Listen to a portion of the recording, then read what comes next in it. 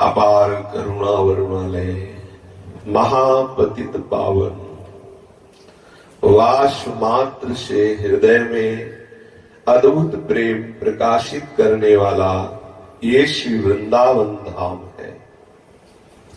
श्री वृंदावन धाम का अखंड वास या संपूर्ण चित्तवृत्ति से श्री वृंदावन धाम का आश्रय, ये दोनों ऐसे महामहिमामय हैं कि जो बड़े बड़े साधनों से प्रियालाल के चरणारविंद का प्रेम प्राप्त होना दुर्लभ है, वो केवल वास से, केवल आश्रय से, सहज में ही संचित क्रियमाण और प्रारब्ध तीनों से बिलग अपने स्वरूप का अनुभव करा करके जीव को नवनिवृत्त निकुंज विलासी श्री श्यामा श्याम के अद्भुत रास विलास में प्रवेश दिला देता है।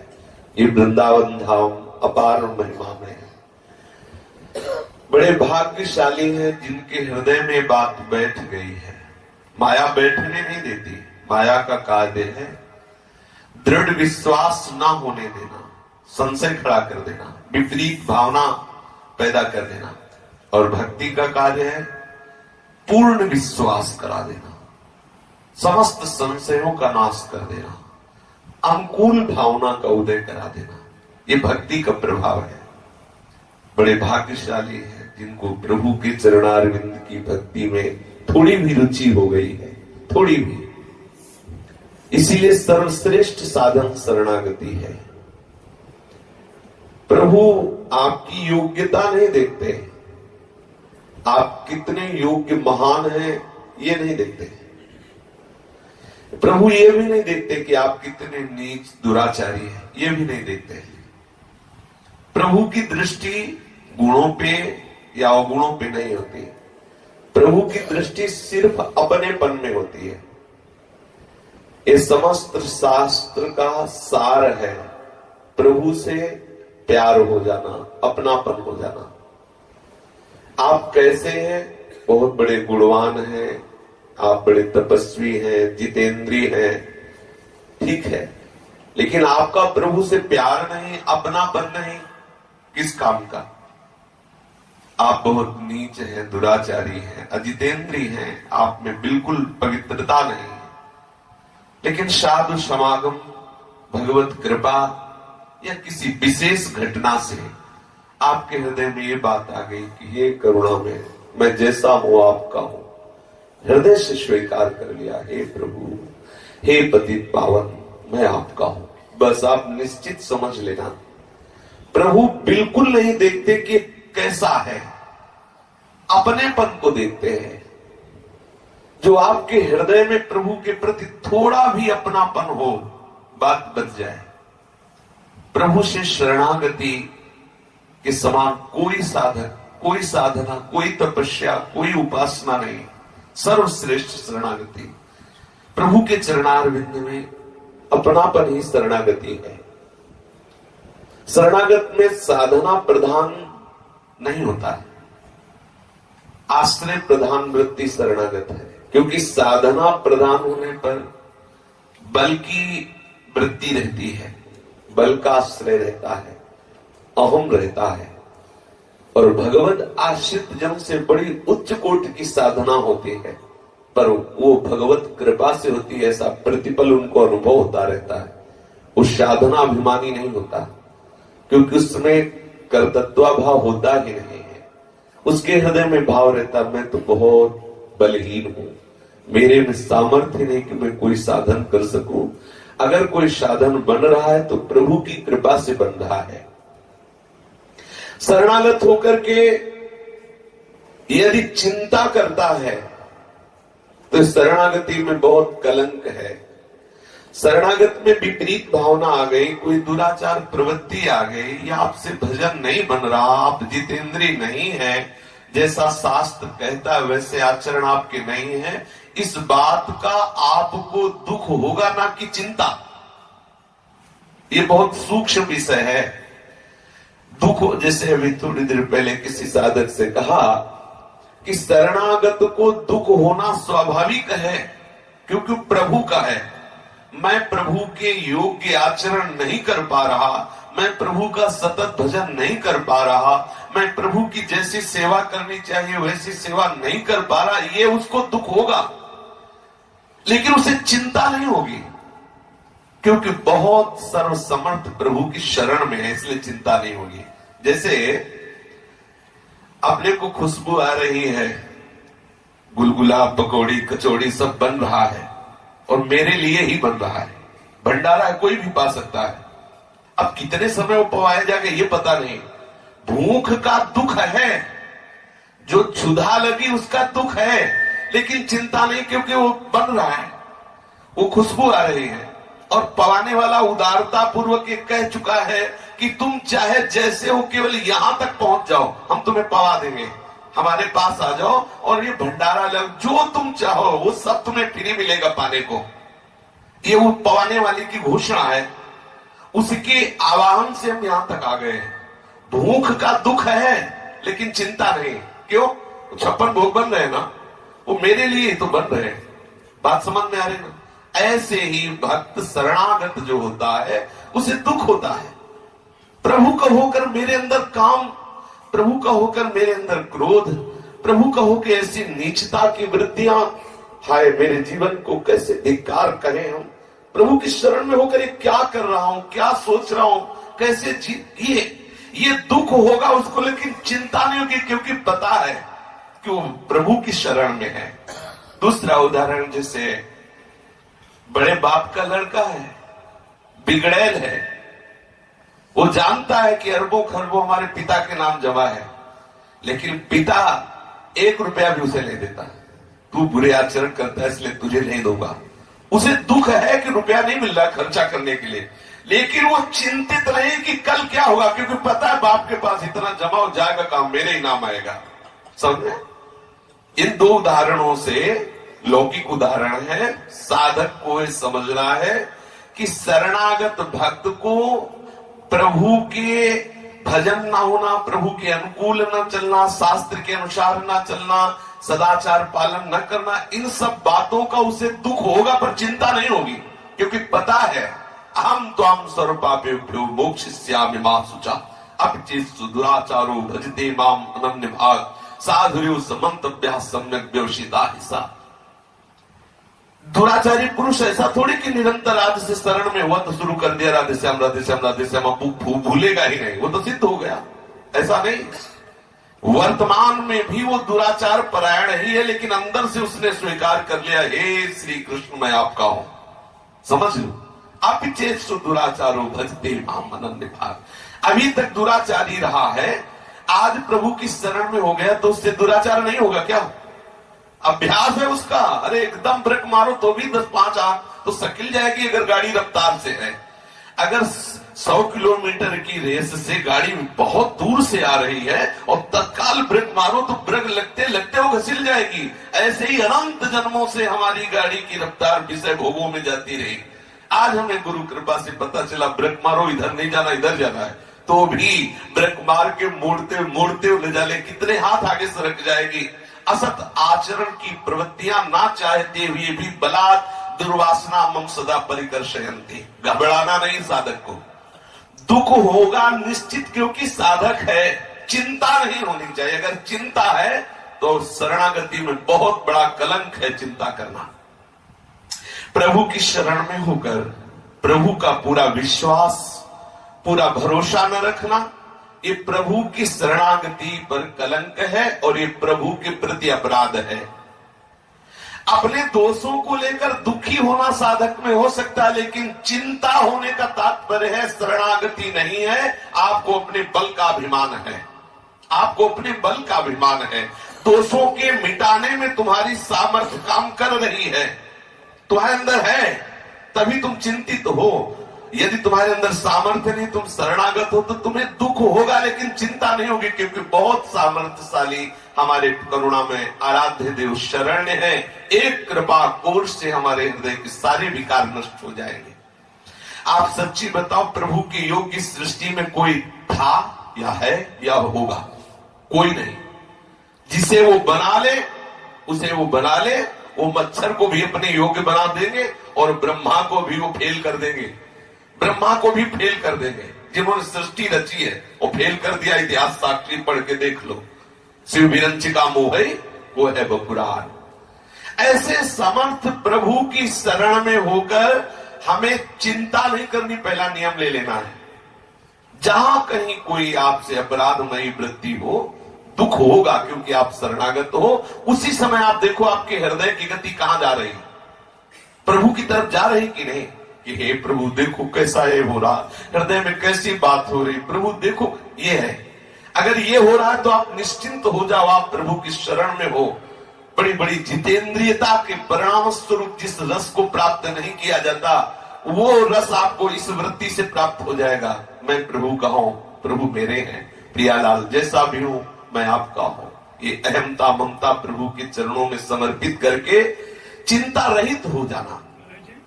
बीच में गिलानी आ जाती है, ये तभी तो होना चाहिए, गिलानी होना चाहिए, दुख होना चाहिए। हाँ, प्रायश्चित के रूप में उसके हृदय में जो ग्लानि होती है ना, ये होना चाहिए, ये होगी तभी शरणागत है वो। ग्लानि तो होगी कि कैसे इतने बड़े का हो के क्या हो रहा है, लेकिन वो चिंतित नहीं होगा। ये दोनों बातें समझना है। जैसे भूख तो लगी है, व्याकुलता भी भूख की है, लेकिन वो खुशबू आ रही है ना, इसलिए वो भले वो अगली रात को मिले, लेकिन उसको ये चिंता नहीं होगी क्योंकि अंदर पकवान मेरे लिए ही बन रहा है। मैं प्रभु की शरण में हूं और आज तक इतिहास साक्षी है, कोई एक भी ऐसा उदाहरण नहीं मिला कि एक बार प्रभु की शरण होने वाले को ठुकरा दिया गया हो। एक भी उदाहरण नहीं है, एक भी उदाहरण नहीं है। वो कुछ ही दिन, अनंत जन्मों का बिगड़ेल मन कुछ ही दिन प्रभु में थोड़ा बारा भी लगा हो और भ्रष्ट हो गया हो तो भी उसकी दुर्गति नहीं हुई। उसको चांस दिया गया है, उसको उत्तम उत्तम कुलों में जन्म दे करके, उत्तम उत्तम सानिध्य प्रदान करके उसकी उत्तम ही गति हुई। नामे भक्ता प्रणश्यति, ऐसा नहीं हो एक कोई खड़ा होकर के हमें बता दे कि भगवान की शरण में होने के बाद उसकी दुर्गति हुई। तपस्या पूरी हो, भजन पूरा हो, महात्मा हो, ये सब अलग। कोई एक बताओ कि ऐसा शरणागत और उसका नाश हो गया, एक का बताना। आज तक इस दरबार से किसी को ठुकराया नहीं गया, चाहे जितना, चाहे गिन गिन कर प्रभु को गाली दे, चाहे जितना घोर अपराध करे, किसी भी तरह से इनकी सन्मुखता हो जाने के बाद उसका महामंगल हुआ है। ये इतिहास साक्षी, शास्त्र प्रमाण, संत जन चीख चीख करके हृदय से बोले हैं अपनी वाणी में कि प्रभु जैसा करुणा वरुणालय कोई नहीं। यदि आप अपनी चिंता करते हैं तो अभी शरणागति नहीं है। हृदय में जैसे विठल जी ने कहा कि ग्लानि होना चाहिए। हम शरणागत, हम प्रभु के कहला रहे हैं। इतने बड़े सर्व समर्थ प्रभु के हो कि हम कैसे नीच कर्मों की तरफ जा रहे हैं। ग्लानि होगी लेकिन उसको चिंता नहीं होगी, क्योंकि पता है जिस दिन कृपा कोर से प्रभु रोक देंगे माया को, उस दिन ये आकर्षण बंद हो जाएगा। स्वामी हरिदास जी कहते हैं, हम सोना बिगाड़न को, तू सोना समारन को, तो मोए परी हो। हम तो बिगाड़ते बिगाड़ते जीत गए, लेकिन तुम बनाते बनाते हार गए। स्पष्ट कहा, ज्यों ज्यों राखत हो त्यों त्यों रहियत हो हरी। जैसे रख रहे हो वैसे रह रहा हूं, जैसे तुम्हें रखना वैसे रख लो। तुम्हारी इच्छा के विपरीत किसी की ताकत नहीं कि एक कदम भी पैर आगे बढ़ा सके। जो कुछ हुए सब तुम्हारी कृपा से बिहारी बिहारी। हे करुणा में मैं आपकी शरण में। तिनका ज्यों बयार के, अब तिनका बड़ा मुच्छ टेक कि हम पूरब दिशा को नहीं जाएंगे और वायु उड़ाए ले जा रही पूरब की तरफ। क्या करेगा तिनका? तो अपने लोग क्या है, माया के प्रवाह में बह रहे हैं, सतोगुण रजोगुण तमोगुण के प्रवाह में। हम कहें हम ये नहीं करेंगे, बला तो वही करा लेती है माया, तो क्या करें? जिनके इशारे पर माया नाच रही उनकी शरण में हो जाए। प्रभु के विरुद्ध आचरण, शास्त्र विरुद्ध आचरण होने पर भक्त को दुख होगा, लेकिन चिंता नहीं। ये बात पकड़ लो, बड़ी सूक्ष्म बात है, भगवत प्राप्ति के लिए आवश्यक बात है। बड़े बड़े साधकों से त्रुटि हो जाती है, पक्का आप ऐसा मत मानो। कोई माया कोई छुपू नहीं है कि एकदम 4 दिन माला चलाए और विजय प्राप्त कर ले माया पे, मत मानना। बड़े बड़े 50,000 वर्ष साधना करने के बाद भी ऐसे पिंडुलियां कांपती रही है माया से और हाथ जोड़कर प्रभु को पुकारते रहे कि बचाना। प्रभु बचाना, और 50,000 वर्ष तप करके निपट चुके पवित्र, फिर भी कांपते रहे। ऐसी माया शिव विरंची का मोह है, को है पुराण अस जी जान भजी मायापत भगवान। यहाँ 2-4 बातें सीख ली, 2-4 माला चला लिया और हम माया को ललकार दे, ऐसी सामर्थ्य नहीं। मामे वे प्रपद्यन्ते माया में तांतरंती। चिंता करने का अर्थ है आप में अभी अभिमान बकाया रह गया है, आपको अपने बल का आश्रय है। जब तक शरणागत भक्त में स्वयं का बल है, स्वयं का अभिमान है, तो शरणागत कैसा? यदि शरणागत भक्त है, उसे चिंता है, उसे शोक है, उसे भय है, उसे विपरीत भावना है, संशय है, कैसा शरणागत? चिंता कदापि नहीं होनी चाहिए। जैसी भी परिस्थिति में है, हम प्रभु के हैं, बुरे आचरणों पर दुख होना स्वाभाविक है। शरणागत के लिए सबसे बड़ा प्रायश्चित यही है कि जो उससे गलती हो गई, इस बात का उसे दुख है।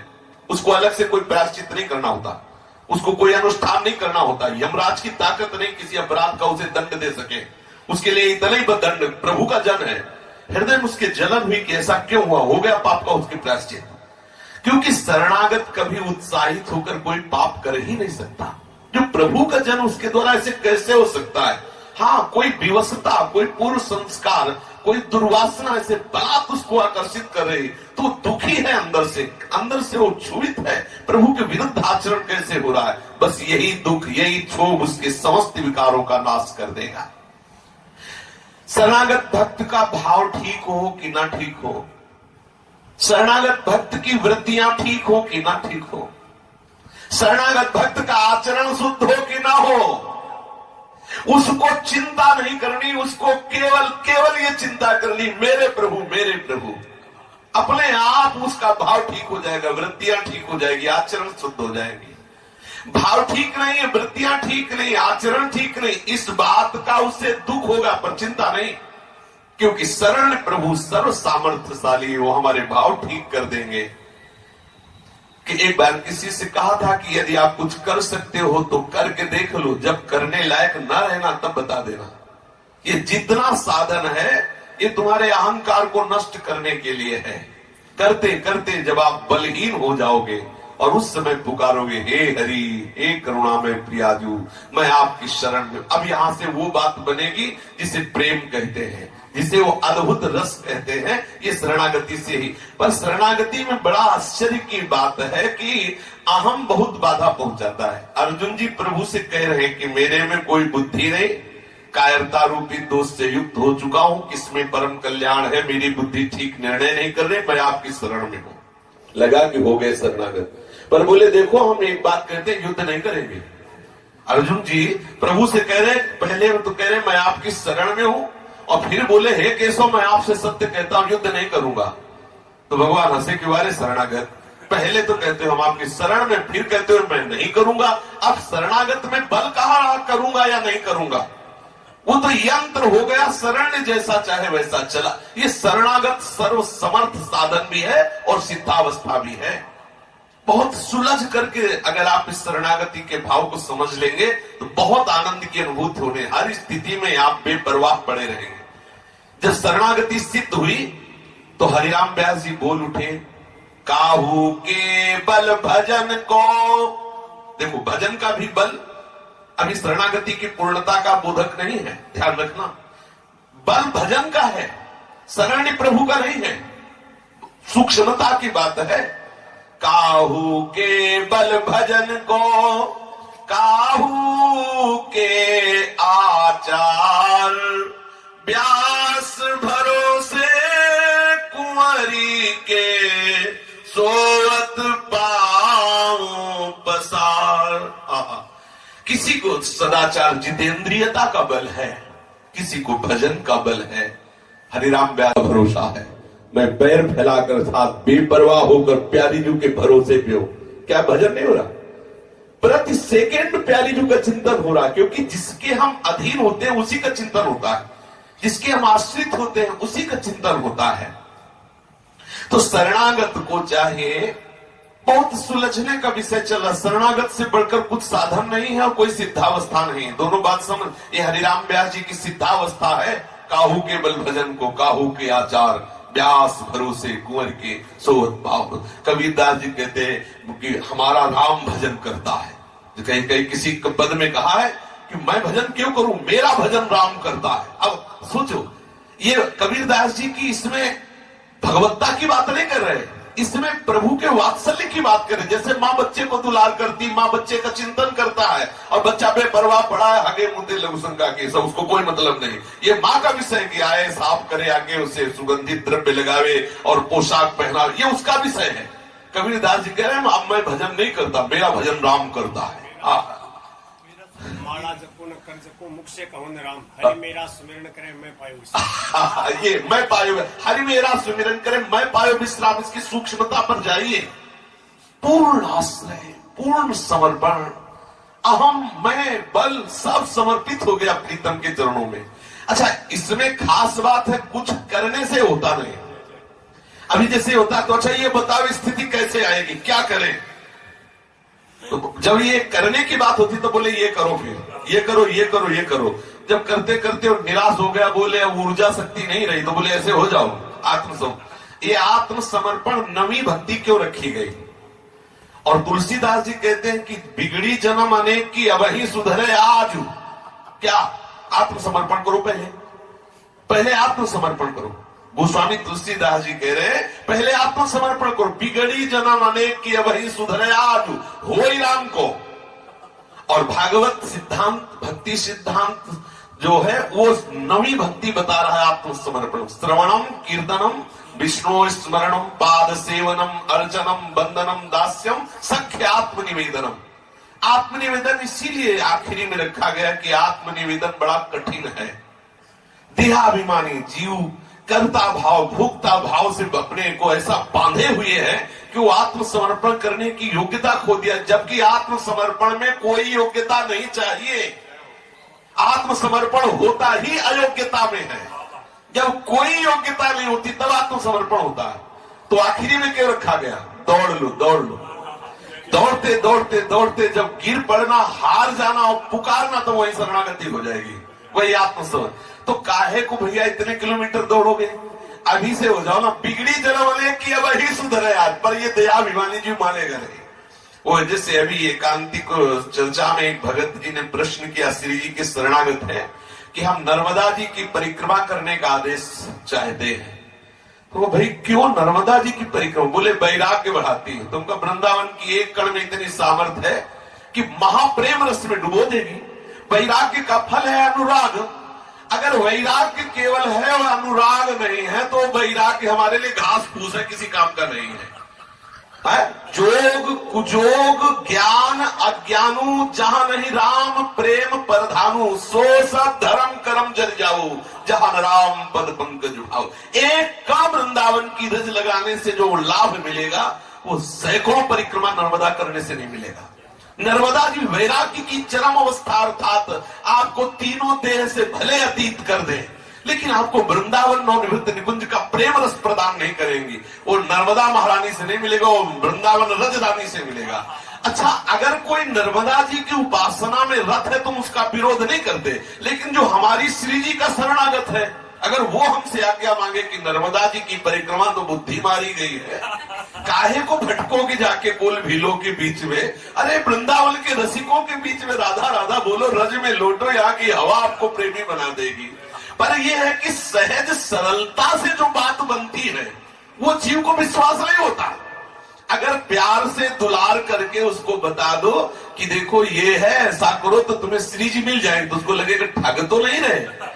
और उसको बताओ कि तुम दौड़ लगाओ 84 कोस ब्रज में और 101 परिक्रमा लगाओ केवल पानी पी के, और फिर उसको कोई वस्तु दे दो कि इससे श्री जी मिल जाए, तो उसको संतोष हो जाएगा, जरूर मिल जाए, क्योंकि 101 परिक्रमा लगाई है केवल पानी पी के। वो देहाभिमानी जीव कर्ता भाव से जब कुछ करता है और फिर कुछ मिलता है तो उसके अहम को सुख मिलता है। अभी शरणागत वो भी नहीं हुआ। शरणागत सुलझ जाओ तो बहुत सही वो स्थिति आ जाएगी कि बिना किसी प्रयास के परमानंद स्वरूप प्रियालाल आपके हृदय से टरेंगे नहीं, टरेंगे नहीं। क्या करना है? तुम्हारे जैसे भाव हो, जैसी वृत्तियां हो, जैसे आचरण अशुद्ध हो, तुम्हें बिल्कुल आज से चिंता नहीं करनी, लेकिन दुखी होना है। चिंता और दुख की बात समझ लीजिए। अगर दुखी नहीं हुए तो भ्रष्टाचारी हो, शरणागत नहीं। समझ, ये सुलझने का परमार्थ है। दुखी होना है लेकिन चिंता नहीं करना। आप निश्चिंत रहिए प्रभु के बल पर। जो प्रभु के चरणों का आश्रय ले लेता है उसके जीवन में शोक नहीं होता। जो प्रभु का आश्रय ले लेता है तो प्रभु कहते तेरी बड़ी से भी बड़ी गलती मेरी गलती होगी, तेरे से बड़ा से बड़ा अपराध मेरा अपराध होगा, तेरा शत्रु मेरा शत्रु, तेरा मित्र मेरा मित्र। यह शरणागत का सिद्धांत। आप जिन प्रभु की शरण में हो रहे हो वो कह रहे तू चिंता मत कर, मेरा आश्रय लिया ना, चिंता नहीं करना। अब तुम्हारे हृदय में जितनी भी गलत वृत्तियां हैं वो सब मेरे हृदय में है, तुम्हें चिंता नहीं करनी। अब आप इससे ज्यादा क्या विश्वास करने की बात बताई जाए? आपकी जितनी गलत वृत्तियां, जितना गलत भाव, जितना अपराध, वो सब प्रभु ले रहे हैं। वो अपने आप ठीक कर देंगे। आग में विष्ठा पड़े चाहे चंदन, दोनों आग हो जाते हैं। प्रभु ऐसे महासामर्थ्य में कि शुभ अशुभ दोनों भगवत स्वरूप होकर के और जीव को महाआनंद में डुबो देते हैं। मैं अपने सिर पर सारा भार ले रहा हूं, तुझे चिंता नहीं करनी। शरणागत होने के बाद यदि तू लोक परलोक की चिंता करता है, लोग क्या कहेंगे, परलोक में हमारा क्या होगा, यदि तुझे सदगति और दुर्गति की चिंता है तो आप तो समझ लो कि अभी तुम मेरी शरण में नहीं आए।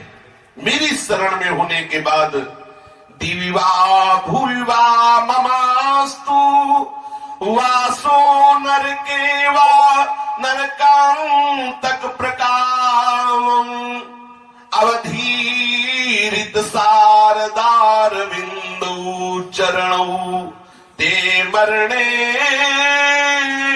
चिंतयामि। एक करुणा में श्री कृष्ण, मेरे को चाहे स्वर्ग में रखो, चाहे भूमंडल में रखो, चाहे घोर नरकों में रखो, जहां रखना चाहो, जहां तुम्हारी मौज हो, मैं आपका हूं।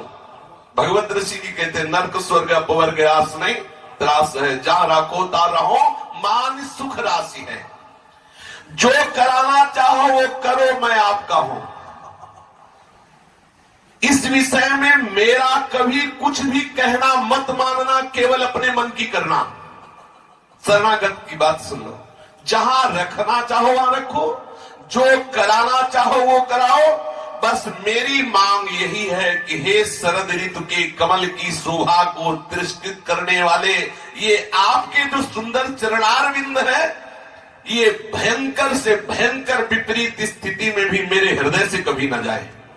अर्थात चाहे मृत्यु हो, चाहे मृत्यु जैसी भयानक परिस्थितियां हो, हे गोविंद हे करुणामय, आपका चिंतन न छूटे। आप जहां चाहो मुझे रखो, जैसा चाहो मुझसे करो, आप जो चाहो वो करो, मुझे बिल्कुल इसकी चिंता नहीं। आपका चिंतन न छूटे। पकड़िए बात। कभी भी दुराचार की प्रवृत्तियां तभी होती है जब भगवत चिंतन नहीं होता। जब भगवत चिंतन होता है तो दुराचार प्रवृत्तियां हो कैसे सकती है? जब तक हम रसगुल्ला का चिंतन नहीं करेंगे तब तक मुंह में पानी नहीं आएगा, और जब तक मुंह में पानी नहीं आएगा तब तक रसगुल्ला की प्राप्ति की इच्छा नहीं होगी। रसगुल्ला का चिंतन हुआ, मुंह में पानी आया, बस तन्मयता संकल्प बना, कैसे ये भोग मिले। यदि हम श्री जी का चिंतन करेंगे तो विषय चिंतन होगा ही नहीं, और जब विषय चिंतन नहीं होगा तो हमारे हृदय में कैसे मलिनता आ जाएगी। बिल्कुल पूर्ण रूप से हमारा एक ही कर्तव्य है, शरण का चिंतन करना। अनन्यस चिंतयन्तु माम। और यह स्वाभाविक होता है। यदि आप निर्बल होकर प्रभु की शरण में चले जाएं तो आपको भजन नहीं करना पड़ेगा।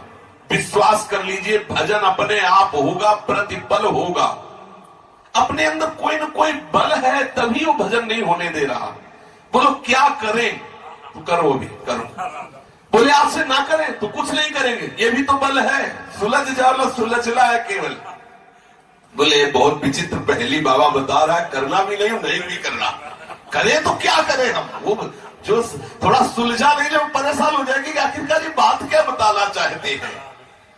प्रभु मेरे को चाहे जहां रखे, प्रभु मेरे से चाहे जो करवावे, मैं प्रभु का हूं। केवल एक मांग मेरे हृदय में है कि आपके युगल चरणारविंदों का भयंकर से भयंकर परिस्थिति में भी विस्मरण ना हो, बिसरी हो ना बिसारी हो, यही दान मोहि देव। इस भाव को दृढ़ता पूर्वक शरणागत भक्त पकड़ लेता है, स्वीकार कर लेता है। उसकी चिंता, उसका भय, उसका शोक, उसकी शंका, उसके संशय सब मिट जाते हैं। कोई पकड़ करके तो देखे ऐसी भावना। मैं प्रभु का केवल चिंतन नहीं छोड़ूंगा, जो मनावे सो प्रभु करवावे, जहां मनावे तहां रखे। मैं आज से प्रभु की शरण में। अंदर से आप सोचिए ये बात, अंदर से आप ऐसी भावना कीजिए, हे प्रिया प्रीतम मैं आपकी शरण में हूं, मेरे में कोई बल नहीं, बस एक कृपा करके आप हमें वृत्ति ये दे दे कि मैं आपको कभी भूलूं ना, बस आपका सतत चिंतन चलता रहे। भक्ति की दृष्टि से सभी दोष प्रभु से विमुख होने पर ही आते हैं। भक्ति की दृष्टि से देखो तो जितने भी दोष हैं भगवत विमुखता पे हैं। भगवत विमुखता का प्रधान हेतु देहाभिमान है।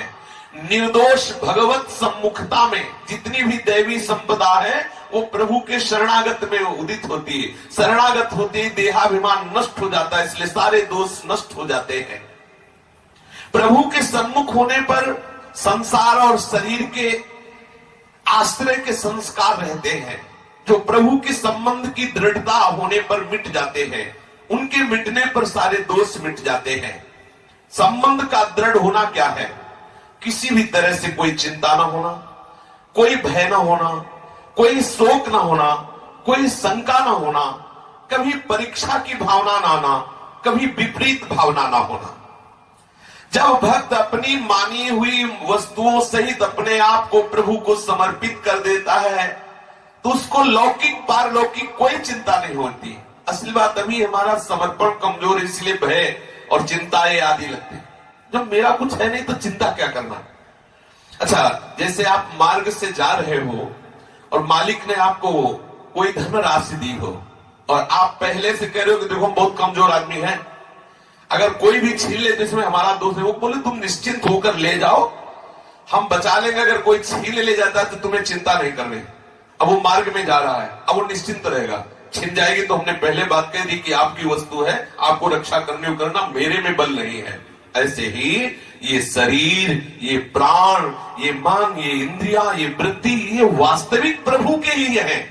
हमने भूल से अपना मान लिया है। उस भूल को सुधारने के लिए प्रभु की वस्तु को पुनः प्रभु के चरणों में समर्पित कर देते हैं। अब मुझे क्या चिंता, क्या चिंता जब सब प्रभु की ही थी। बीच में भ्रम से हमने अपना मान लिया, इस माने हुए को फिर प्रभु के चरणों में समर्पित कर देते हैं। तो दियम वस्तु गोविंदम, तो फिर मैं समझ। अब क्या चिंता, क्या हमारे प्रभु इतने समर्थ नहीं है? हम क्यों चिंता करें? ये सब प्रभु की वस्तु है और प्रभु ही सब शक्ति स्वरूप से है, तो कोई हमें क्यों क्लेश दे सकेगा? हम चिंता क्यों करें? चिंता वही होती है जहां कुछ अपना होता है, फिर उसके नष्ट होने की बात होती है। अपना जो है वो है प्रभु और वो है अविनाशी, और जो कुछ भी है वो सब प्रभु का है, पूरा चराचर जगत। तो हम चिंता किससे करें? दूसरा कोई हो तो चिंता करे ना। कहां रहना होगा, मेरी क्या दशा होगी, पता नहीं गति हो कि ना हो, पता नहीं हमें भगवत प्राप्ति होगी कि नहीं होगी, ये चिंताएं शरणागत भक्त के हृदय में नहीं होती। प्रभु का स्वभाव समझ लीजिए। उमा राम स्वभाव जी जाना, ताई भजन तज भावना। आप विश्वास कीजिए, अगर एक बार राधा आपके मुख से निकल गया है तो आप निश्चिंत हो जाइए, आपको नरक नहीं मिलेगा। इतनी बात मान लो। एक बार कृष्ण नाम सुनने को मिल गया है कान से, आप विश्वास कर लीजिए आप नरक नहीं जाएंगे। एक बार वृंदावन आप आ गए, एक रज का आपका स्पर्श हो गया तो यमराज की ताकत नहीं कि आपको यमलोक ले जाए। थोड़ा बेपरवाह हो जाइए ना, थोड़ा तो बेपरवाह हो जाए। एक बार जिन नाम ली हित सो होए अति दीन, ताको संग न छाड़ी ध्रुव अपनो कर ली। अच्छा, कहते वो भाव हमारे अंदर नहीं है। अरे जब एक साधारण अग्नि आप प्यार दुलार करके अग्नि को छुओ तो शीतल हो जाएगी क्या? वो जला देगी। गुस्सा से छुओ तो आपको जला देगी, धोखे से छू जाए तो जला देगी। बोलो, एक प्राकृतिक अग्नि अपनी शक्ति नहीं छोड़ सकती तो नाम का प्रभाव कैसे छोड़ सकता है? नाम अपना स्वभाव प्रभाव कैसे कम कर सकता है? इसलिए विश्वास करो। क्यों चिंतित हो रहे हो? हमारे पास कृष्ण नाम है, हमारे पास राधा नाम है, हमारे पास प्रभु के चरणों का बल है। हमारी दुर्गति कैसे हो सकती है? क्या स्वाप्निक अपराध का कभी दंड मिलता है? क्या स्वप्न में 500 आदमियों का कत्ल हुआ, वो सब ब्रह्म ऋषि थे, क्या आपके ऊपर ब्रह्म हत्या लागू होगी? आप हमें बताइए। स्वप्न में आपने 500 ब्राह्मणों की, ब्रह्म ऋषियों की हत्या की, और जब जागे तो आपको अदालत में खड़ा किया जाए किसने 500 ब्राह्मणों की हत्या की। बोले कहां? बोले स्वप्न में। तो जो रिपोर्ट करेगा उसी को दबका के भगा दिया जाएगा। स्वप्न की बात कोई जागृत में लागू होती है? चल, उमा कहूं मैं अनुभव अपना, सत हरि भजन जगत सब सपना। अब सपने में आपने जो जो किया वो तो सब असत है, हरिनाम परम सत्य। विश्वास मान लो, अगर आपकी जिह्वा से कृष्ण कृष्ण निकल रहा है, प्रभु का नाम निकल रहा है, तो किसी की भी ताकत नहीं कि आपको क्लेश दे सके। अग्निश्च शीतताम यातो जलम च स्थलताम गतम, स्थलम च जलताम यातम, विषम चामृतताम गतम, शस्त्राणि पुष्प भावम च हरिर्नामश्च कीर्तनम्। यदि आपके मुख से निकला कृष्ण कृष्ण कृष्ण हरि हरि हरि, तो अग्नि चंदन की तरह शीतल हो जाएगी। चिंता मत करो, अग्नि की ज्वाला से निकलोगे तो चंदन की तरह शीतल हो जाएगी। सैकड़ों भक्तों के जीवन में ऐसे प्रमाण मिले हैं। पूरी लंका राख हो गई, न हनुमान जी की पूंछ का एक रुआ जला और न विभीषण की कुटिया का एक तिनका जला। पूरी लंका राख हो गई। क्यों? क्योंकि अग्नि का सृजन जिसने किया है उनके दास हैं। पूरे विश्व को जलाने की सामर्थ्य अग्नि में है, लेकिन प्रभु के दास के एक रुए को भी जलाने की सामर्थ्य अग्नि में नहीं है। आप देख लीजिए, प्रहलाद जी को वो जो वरदान प्राप्त था कि शीतल पट ओढ़ ले तो उसको बड़ी से बड़ी अग्नि ज्वाला भी ताप नहीं दे सकती। क्या उसका होलिका नाम था? डुंडिका तो क्या है? हाँ, प्रहलाद जी की बुआ, हिरण्यकश्यप की बहन, बुआ को पुआ बना दिया। पूरी आग में बुआ जी उबल गई और प्रहलाद जी के ऊपर शीतल पट प्रभु का करुणा का ऐसा कि कहीं रोए में झुलसन भी नहीं हुई। आप विचार करके थे। अग्निश्च शीतताम या तो जलम च स्थलताम गतम। जिसकी जिह्वा पे कृष्ण नाम है वो जल में स्थल की तरह चल सकता है। बड़े से बड़े प्रवाह में, वो जैसे हम आप भूमि पर चलते हैं, ऐसे कृष्ण नाम जापक ऐसे ही चला जाएगा। उसको जल की ताकत नहीं डुबो सके, उसको अग्नि की ताकत नहीं कि जला सके। और स्थल जल बन जाता है और विष अमृत हो जाता है। बड़े से बड़े दिव्यास्त्र उसके लिए पुष्पहार बन जाते हैं, जिसके गले में नाम चलता होता है, जिसकी कंठ में भगवान नाम विराजमान है। विश्वास करो, शस्त्राणि पुष्प भावम च हरिर्नामश्च कीर्तनम। हम ऐसे प्रभु का नाम जप रहे हैं जिनसे संपूर्ण सृष्टि का संचालन होता है। नाम भगवान को अधीन किए हुए हैं, नामी भगवान अधीन है नाम भगवान के। आप चिंता क्यों करते हैं? आपने कृष्ण नाम का आश्रय लिया है, आपने राधा नाम का आश्रय लिया है, आपको किंचन मात्र चिंता करने